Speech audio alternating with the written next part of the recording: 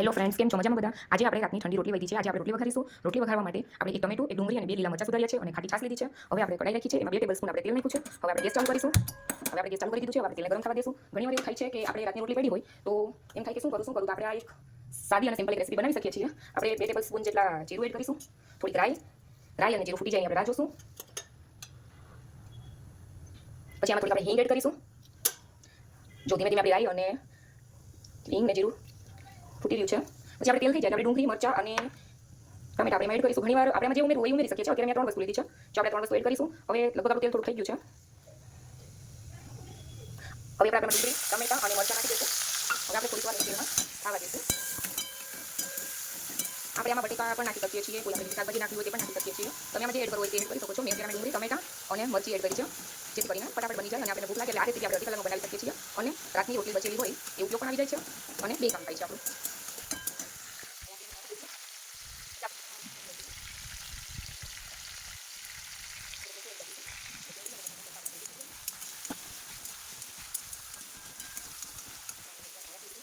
બચેલી રોટલી છે એને આપણે ટુકડા કરી નાખીશું.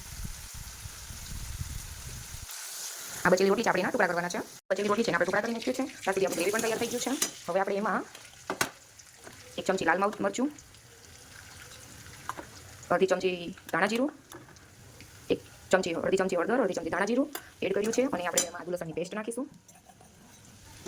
હવે આપણે થોડી વાર ખાવા દઈશું અને આમાં થોડું આપણે પાણી ઉમેરીશું, જેથી કરીને આપણો મસાલો બળે નહીં.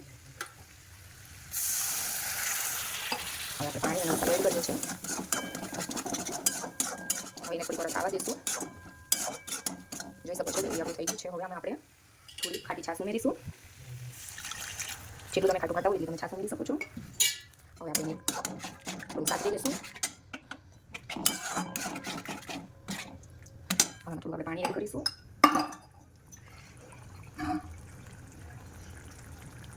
થોડું પાણી પણ આપણે એડ કરીશું. હવે એને થોડી વાર આપણે થવા દઈશું. જોઈ શકો છો હવે આપણું પાણી થઈ ગયું છે. હવે આપણે જે રોટીના બટકા છે એમાં આપણે એડ કરીશું. રોટીના જે બટકા છે એ આપણે એડ કરી દઈશું. રોટીના બટકા એડ કરી દીધા છે. હવે ધીરે ધીરે આપણે એને સાતરી દઈશું અને મસ્ત હલાવી દઈશું. હવે તમારે જો એમ થાય કે કોરું લાગે છે અને થોડું રસાવાળું બનાવવું છે તો તમે બનાવી શકો છો. વઘારેલી રોટલી તૈયાર થઈ ગઈ છે. એની થોડીક આપણે કોથમીર એડ કર્યું છે ઉપરથી. હવે ચાલો બધા જમવા અને સાથે આપણે છાશ છે. હવે કમેન્ટમાં કહેજો કે રોટલી વઘારેલી કેવી લાગી. Thank you.